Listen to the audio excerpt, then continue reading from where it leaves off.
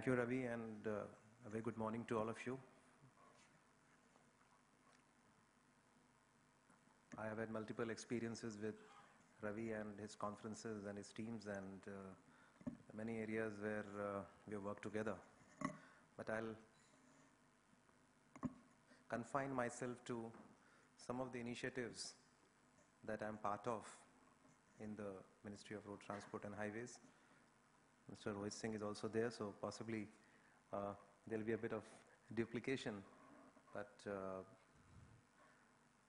before I joined this ministry and before I joined this company, to be very honest with you, I didn't have an idea that I'll again land up in the IT world.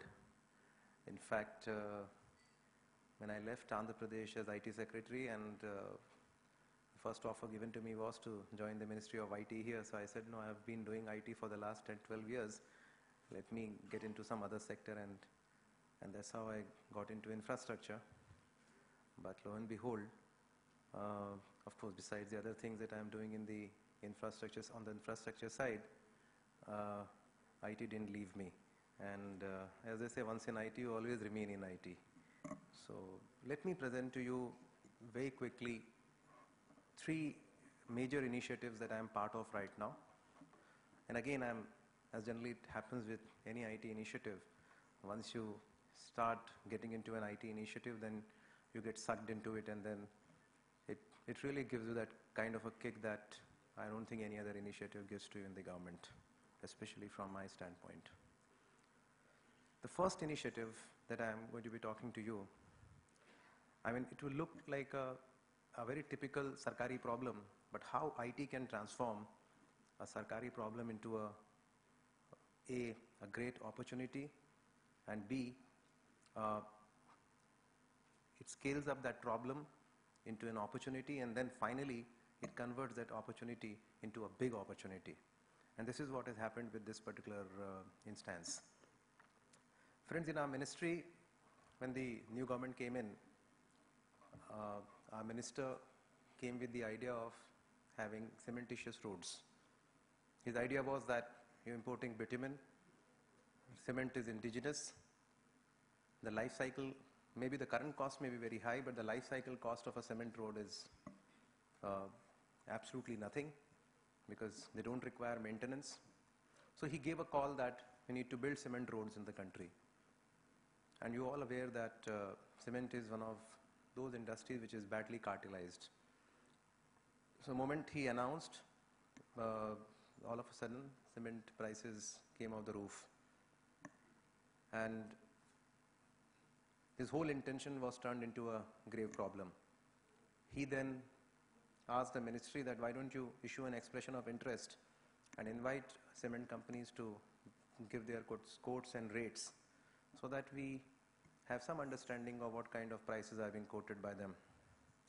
This happened in the month of August, and rates were invited, rates were available with our technical team, and different kinds of rates were available.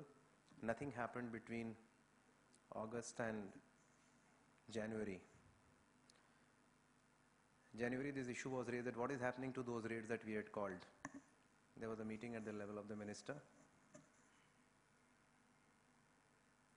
Then I was presented this particular problem that, look, we have gone in for this, but we are not able to do anything. How do you want to do? How do you want to go about it? I suggested that why don't we bring IT into it instead of these rates coming in from cement companies and we trying to negotiate on behalf of the contractors. The best thing for us to do would be to create a platform, to create an IT platform. Why don't we create an e-marketplace wherein we can bring in the buyers and the sellers, and we will create this platform, but we will be at an arm's length, but we will be a kind of a watchdog, and we'll observe and understand what's happening in the system. And actually the minister consented and told the secretary and me that let's get going. show me a prototype in say next 10 to 15 days. And this was the first time I got into I have done a lot of G2B, G2C projects, but this was the first time I was getting into a space which was actually a B2B project, B2B space, but I would say B2B done by G. So we actually created a platform between the infrastructure providers, concessionaires, contractors, state PWDs, I mean guys who do infrastructure, and not just limited to roads and highways, but they can be in any sphere of infrastructure, be it civil aviation or power plants or irrigation projects, but infrastructure. And on the other side, to start with, we brought in cement. And then I also suggested to this minister that let's not limit it to cement, because there are a lot of other products which might be required in future. So we called it a platform for infrastructure and materials providers. It's known as INAM Pro in short. INAM, INAM Pro in short. INAM also is an acronym which also means a prize. There's no prize here, but the fact is it did bring in a new dynamism between the infrastructure providers and the material suppliers. So this platform was launched. It's a kind of an e-commerce platform. On the one hand, we have all the cement companies. So more than 35 cement companies, which originally participated in the bids that the ministry invited, with more than 105 plants have come onto this platform, they are offering right now 95 lakh metric tons of cement at, of course, at varying prices. So we have put them all in this platform. We created the input screens. A website was created, and on this website, all the cement industries which participated in our process were mapped. They're put on a kind of a Google map. So this exercise was done on the one side. On the other side, we started the process of registering the buyers. Within a month, 9th March, the Honorable Minister launched this portal. At that time, we had no buyer. But still we went ahead and we said at least we have the suppliers available. They are supplying about 95 lakh metric tons. And the prices range from, for an ordinary class of cement, from 120 rupees to about 200 rupees per bag, factory gate prices. And these prices were at least about 30 to 40 rupees less than what the market offers. We also built certain riders in the portal saying that the quantity offered by a cement company would not be allowed to be brought down for a year, and the prices which they are offered would not be allowed to be raised up at least for that 1 year. Now you can look at how IT transformed. The journey from March till now we have more than 400 buyers, big buyers. They have ranging from big contractors, concessionaires to Gram Panchayat, to a municipality, to state governments, organizations across the length and breadth of the country. They have become the registered buyers on this portal. Out of 95 lakh metric tons of cement which was offered, more than 1.5 lakh metric ton has already been picked up by various people. Every day transactions are increasing. We have done more than 250 transactions so far. And the portal looks completely different now. In fact, it's got integrated with the mobile service delivery gateway. It's got integrated with the payment gateway. And now it's become a completely vibrant marketplace where buyers and sellers are placing orders. And we are told that because of this portal, the cartel has come onto the other side.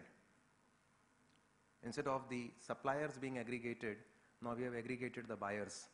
And that's become a huge force, and the industry is, to an extent, I would say, not fully decartelized, but there's a huge impact in terms of the prices that were being offered in the market. And now the stage has come where now we are getting in demand for other infrastructure products. So the dream that we viewed on the 9th March for Enam Pro is now getting transformed. Now we are moving into getting in 1,200 different varieties of steel slag, and possibly by this year end, we'll have at least about 4,000 different types of infrastructure products, technologies, materials, equipments to come onto this portal. Because on the one hand, we are having the critical mass in terms of the major infrastructure players making use of the portal. So that's how the infrastructure providers are having a beeline to get into this portal and get their products in. So what I'm trying to say is how IT can transform a seemingly mundane kind of an exercise of trying to get the cement rates, and now it's almost brought in huge savings in terms of the cost to the infrastructure providers, and I'm sure over a long run market would play its role, and this would become a vibrant community where information technology would transform the relationship between the buyer and the seller. Besides this one initiative, now another initiative that we have started to look at is to create another platform, and this platform is for the highway consultants and key personnel. Friends, you would be aware that for doing in good quality infrastructure, you require good quality human resource. You require people with strong foundations in highways and transportation engineering. You require specialists who can design roads. You require good quality engineers who can supervise such roads. And in the ministry and in most of the state public works departments, this exercise is right now being done through various consultants and consultancy firms. The problem there is there are instances of fake CVs. There are instances where people are giving their CVs into multiple organizations. There are instances where the quality work is not being done. And to streamline all this, we have again designed a portal wherein the consultants and the consultancy firms would be coming onto a common platform, and we are now integrating it with Aadhaar so that we don't have any duplication of the key personnel. At the same time, we are also making use of the DigiLocker, recently started by DIT, to ensure that all the requisite educational certificates are stored there, and over a period of time, this would become a completely tamper-proof method of trying to get quality resources onto a common platform so that these resources can be picked by various government organizations, and the pace of highway construction can get accelerated. This is the second initiative. It's right now at the drawing board stage, but possibly in the next 10 to 15 days, this would become another platform which would be of great help.